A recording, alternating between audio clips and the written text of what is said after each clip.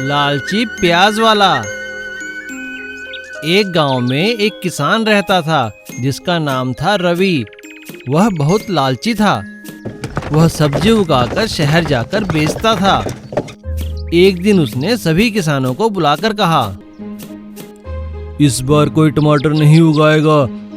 अगर हम सिर्फ टमाटर ही उगाएंगे तो बेचेंगे क्या? मैं तो टमाटर नहीं उगाने वाला और आपको भी यही सलाह दूंगा कि टमाटर मत उगाइए। और फिर वह खुद टमाटर उगाकर बोरियों में लादकर शहर चला जाता है। अरे आज कौन सी सब्जी उगाई है रवि? टमाटर उगाए हैं, दाम है 700 रुपए किलो। इतना ज्यादा? थोड़ा तो कम कर दे। अरे क्या मुझे नहीं पता तुम इसे कितने में बेचोगे? आज सिर्फ टमाटर ही है मेरे पास, तुम्हें लेने ही पड़ेंगे। व्यापारी ने लाचार होकर पैसे दे दिए। घर पर रवि की पत्नी ने उससे कहा, आप तो बड़े ही चालाक हो जी। किसानों को तो टमाटर उगाने के लिए मना कर दिया और खुद मुनाफा बचा लिया। एक औरत खिड़की से यह सब सुन लेती है। वह जाकर किसानों को सब बताती है। अरे सुनो सुनो भाइयों, रवि तुम्हारे साथ धोखा कर रहा है। खुद तुम्हें टमाटर बेचने से मना करके खुद सभी टमाटर शहर जाकर बेच रहा है। जानते हो उसने अपनी खेती टमाटर की ही की है। इतना बड़ा धोखा? वो किसान है इसलिए हमने उस पर भरोसा किया। हमें उसे सबक सिखाना ही चाहिए। तभी सूट बूट पहने एक आदमी आता है और कहता है, मैं कृषि विभाग का अधिकारी हूँ। आजकल प्याज में मिलावट होने की खबर आई है, इसलिए मेरी सलाह यही है कि इस बार प्याज ना उगाएं। आप तो हमारे लिए भगवान हैं। आप जैसा ईमानदार अधिकारी हमने नहीं देखा। यह कहकर सारे किसान हंसने लगे।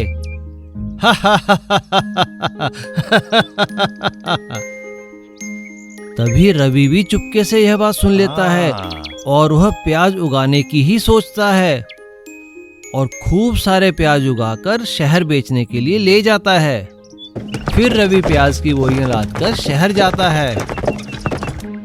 अरे रवि, अगर प्याज लाए हो तो जाओ और फेंक दो, लेकिन यहाँ मत फेंकना, नहीं तो बदबू आएगी। फिर रवि ठेले पे प्याज बेचने जाता है, लेकिन कोई लेने नहीं आता। यह देखकर रवि अपना सिर पीटने लगता है। तभी वहाँ किसान आते हैं और उससे कहते हैं, तुमने हमें धोखा दिया था ना? हाँ। अब उसी धोखे की वजह से तुम खुद भुगतो।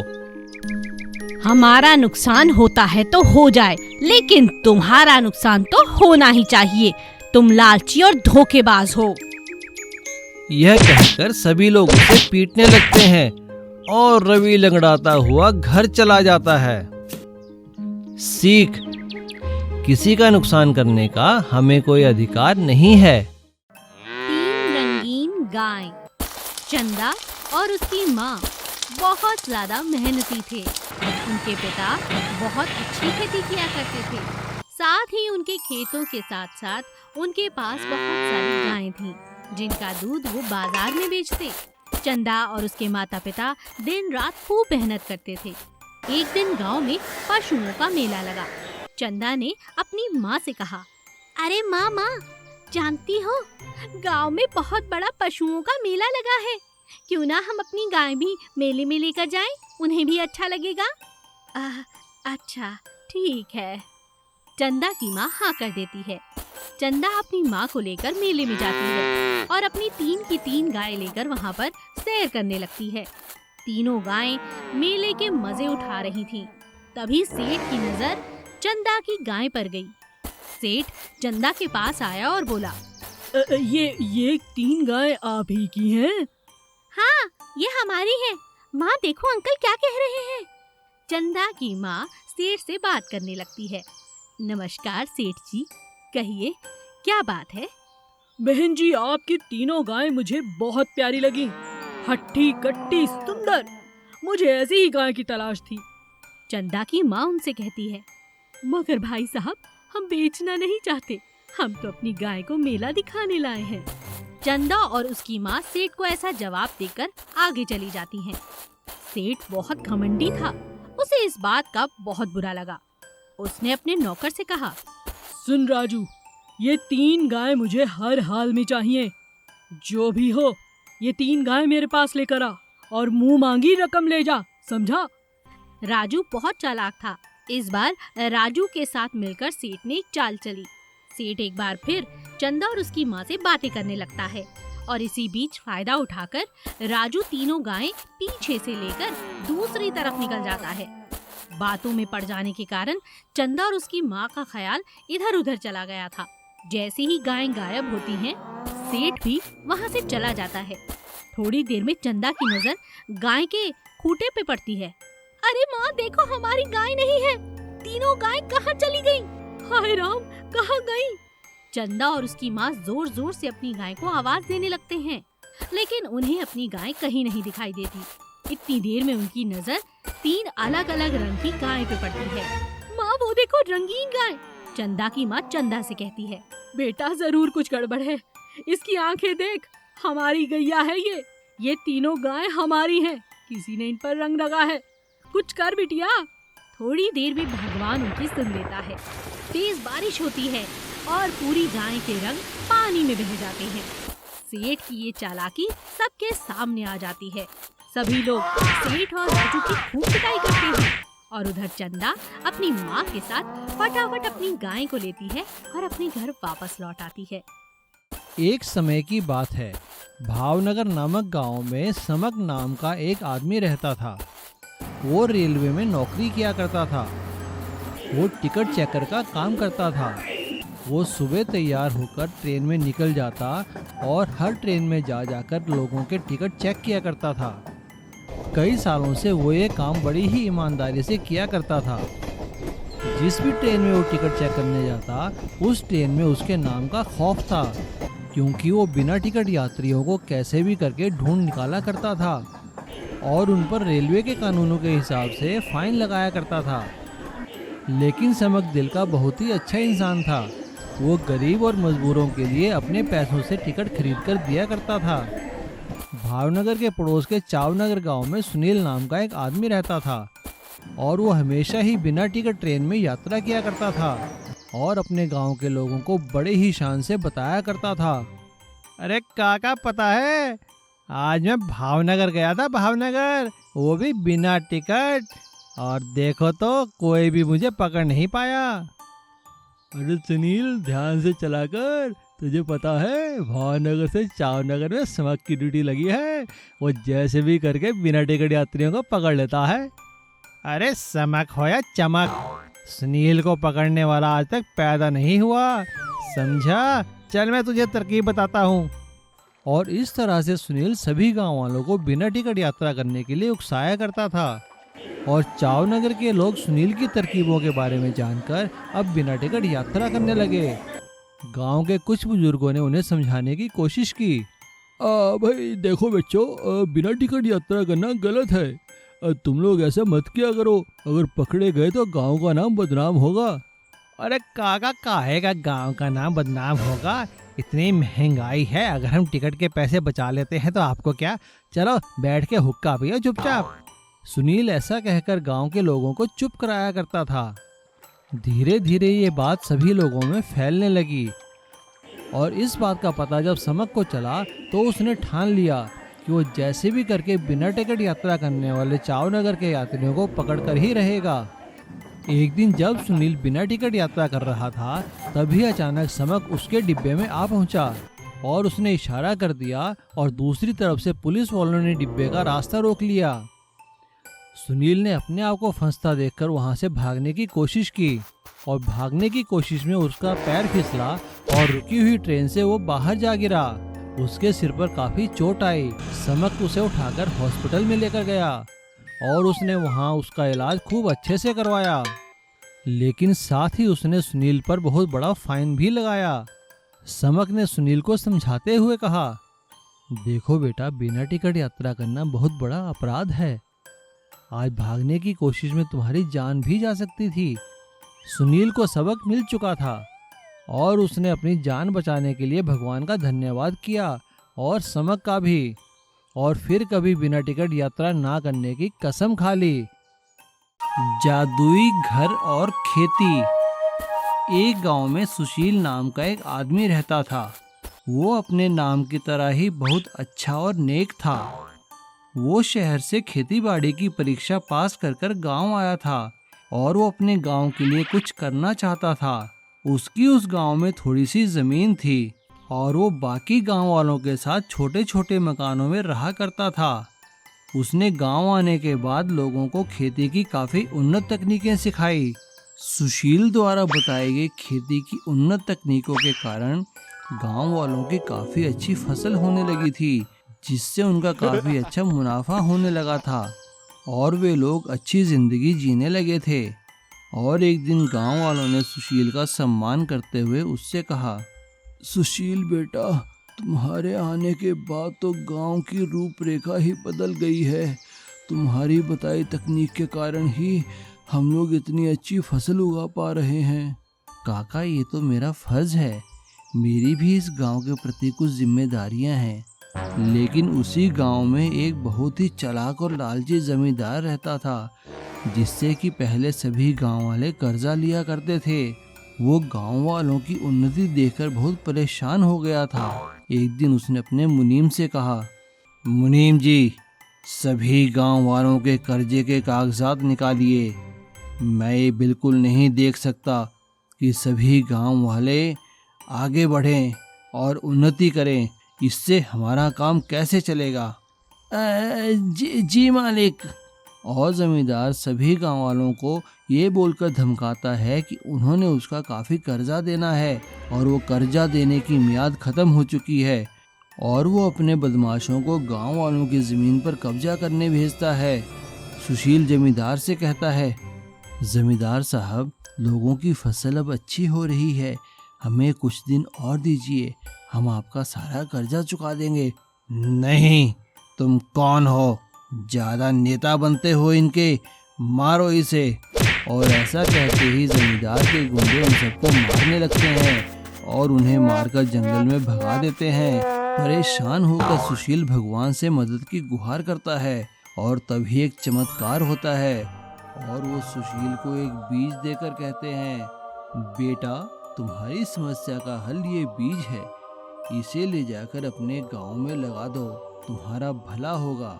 सुशील वो बीज लेकर भगवान का धन्यवाद करता है। जमींदार के गुंडों के जाने के बाद सभी लोग गांव में वापस आ जाते हैं और सुशील वैसा ही करता है जैसा जंगल के देवता ने कहा था।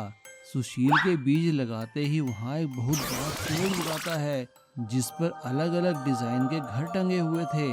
गांव वाले जैसे ही घर उतार कर जमीन पर रखते हैं, वे घर बहुत बड़े बड़े घरों में बदल जाते हैं। गांव वाले भगवान का धन्यवाद करते हैं और वो देखकर हैरान रह जाते हैं कि उनकी फसलें भी लहलहा रही थी और उनमें गेहूं उगाई थी, लेकिन वो भी सोने और चांदी के दानों वाली। गांव वाले अपने अपने खेतों में जाकर सोने और चांदी के दानों वाली गेहूं तोड़ लेते हैं और उसे ले जाकर जमींदार को देकर अपना कर्जा पूरा करते हैं। जमींदार भी इतना सारा सोना चांदी देखकर लालच में आ जाता है और सभी गांव वालों की ज़मीन के कागज उन्हें वापस कर देता है। और इस तरह से जादुई घर के पेड़ के कारण सभी गांव वालों की किस्मत बदल जाती है। सूरजपुर नाम के एक गांव में अरुण करके एक आदमी रहता था। उसका पुराना फैन ठीक करने का व्यापार था। वह हर रोज गांव में जाकर सभी गलियों में घूम के फैन रिपेयर करके घर आता था। एक दिन जब वो बाहर गया था, उस दिन बहुत धूप थी। सुनो सुनो, फैन रिपेयर वाला आया। फैन जितना भी पुरानी हो ठीक करेंगे, जैसा भी हो ठीक करेंगे, ऐसा बोलकर गांव में जा रहा था। लेकिन शाम तक कोई भी उसे नहीं बुलाया। धूप ज्यादा होने के कारण वह थक गया था और उसे सरदर्द भी आने लगा। इसीलिए घर जाकर आराम करने की सोची। जब वह घर जाकर सो रहा था, ठीक 12 बजते ही कुछ ट्रैक्टर चलने की आवाज उसे सुनाई देती है, लेकिन उसको ट्रैक्टर तो दिखाई नहीं दी। वो सोच में पड़ जाता है। अगले दिन भी जब वो सो गया था, फिर से उसे ट्रैक्टर चलने की आवाज सुनाई देती है। घबराकर अगले दिन डॉक्टर के पास जाता है। डॉक्टर साहब, मुझे रात को अजीब आवाजें सुनाई दे रही हैं। कुछ ट्रैक्टर की तेजी से चलने की आवाज सुनाई दे रही है। अरे, ये कैसा हो सकता है? अगर आसपास में कुछ नहीं तो ये सब तुम्हारी वहम है। रुको, मैं तुमको एक दवाई देता हूं। तुम इसे हर रोज रात को ठीक सोने से पहले ये दवाई लेकर सो जाना। आराम से सो जाओगे। अरुण ने जाकर ठीक ऐसा ही किया। सोने से पहले दवा खाकर सो गया। अगले दिन दोपहर तक नहीं उठा।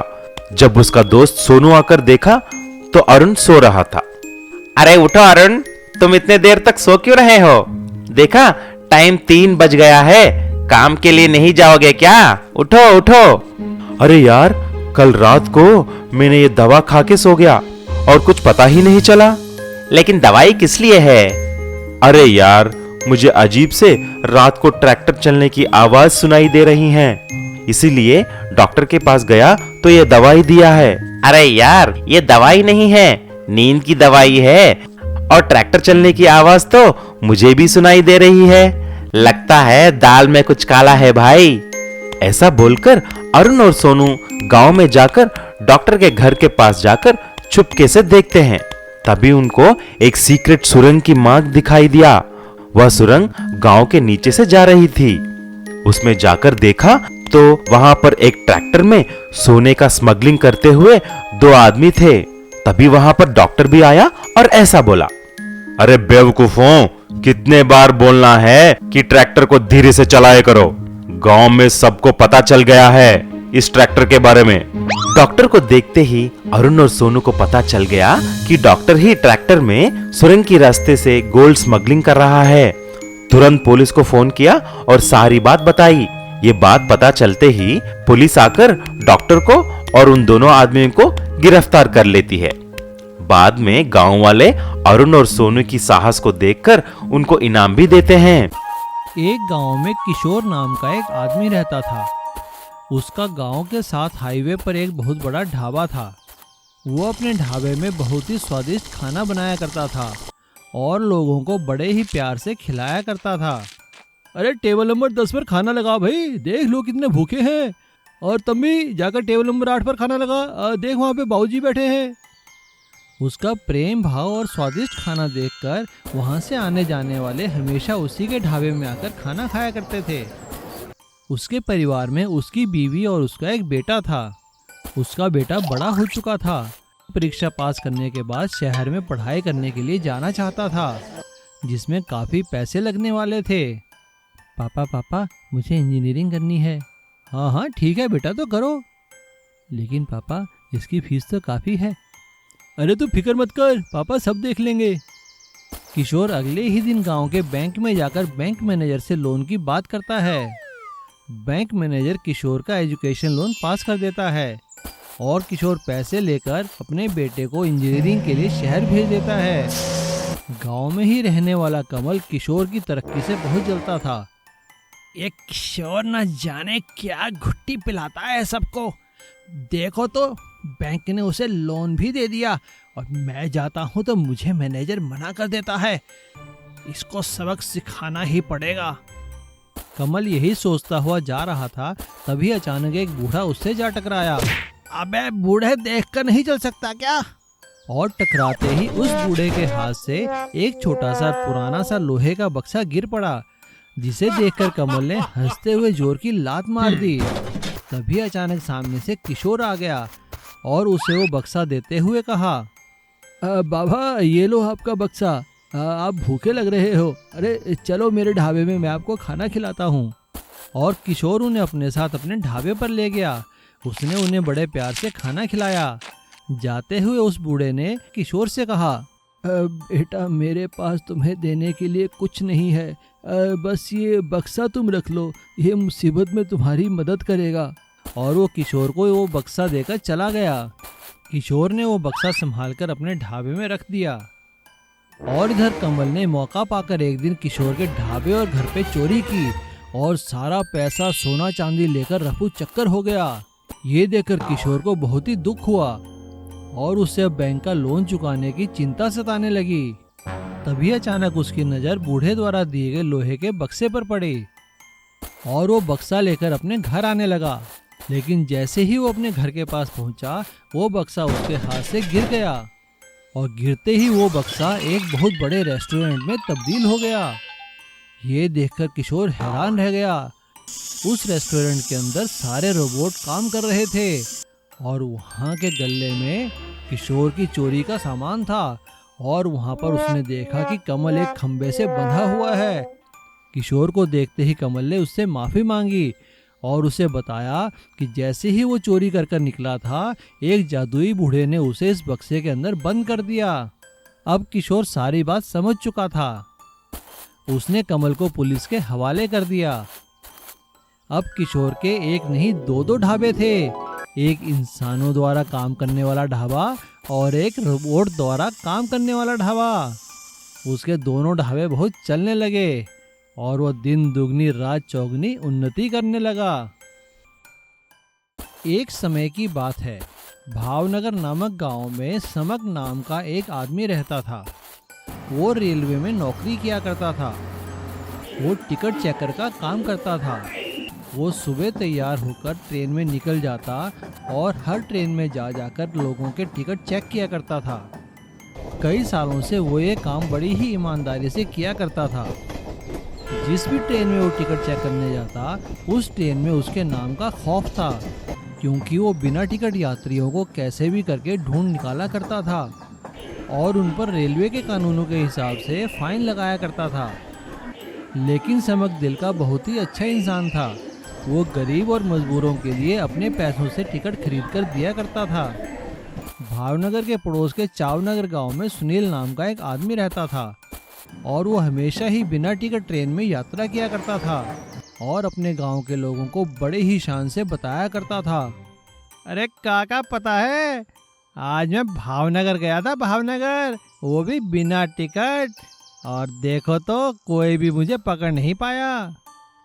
अरे सुनील, ध्यान से चला कर, तुझे पता है भावनगर से चावनगर में समक की ड्यूटी लगी है। वो जैसे भी करके बिना टिकट यात्रियों को पकड़ लेता है। अरे समक हो या चमक, सुनील को पकड़ने वाला आज तक पैदा नहीं हुआ, समझा? चल मैं तुझे तरकीब बताता हूँ। और इस तरह से सुनील सभी गांव वालों को बिना टिकट यात्रा करने के लिए उकसाया करता था और चावनगर के लोग सुनील की तरकीबों के बारे में जानकर अब बिना टिकट यात्रा करने लगे। गांव के कुछ बुजुर्गों ने उन्हें समझाने की कोशिश की। भाई देखो बच्चों, बिना टिकट यात्रा करना गलत है। तुम लोग ऐसा मत किया करो, अगर पकड़े गए तो गांव का नाम बदनाम होगा। अरे काका, काहे का गांव का नाम बदनाम होगा? इतनी महंगाई है, अगर हम टिकट के पैसे बचा लेते हैं तो आपको क्या, चलो बैठ के हुक्का पियो चुपचाप। सुनील ऐसा कहकर गांव के लोगों को चुप कराया करता था। धीरे धीरे ये बात सभी लोगों में फैलने लगी और इस बात का पता जब समक को चला तो उसने ठान लिया कि वो जैसे भी करके बिना टिकट यात्रा करने वाले चावनगर के यात्रियों को पकड़कर ही रहेगा। एक दिन जब सुनील बिना टिकट यात्रा कर रहा था, तभी अचानक समक उसके डिब्बे में आ पहुंचा और उसने इशारा कर दिया और दूसरी तरफ से पुलिस वालों ने डिब्बे का रास्ता रोक लिया। सुनील ने अपने आप को फंसता देखकर वहां से भागने की कोशिश की और भागने की कोशिश में उसका पैर फिसला और रुकी हुई ट्रेन से वो बाहर जा गिरा।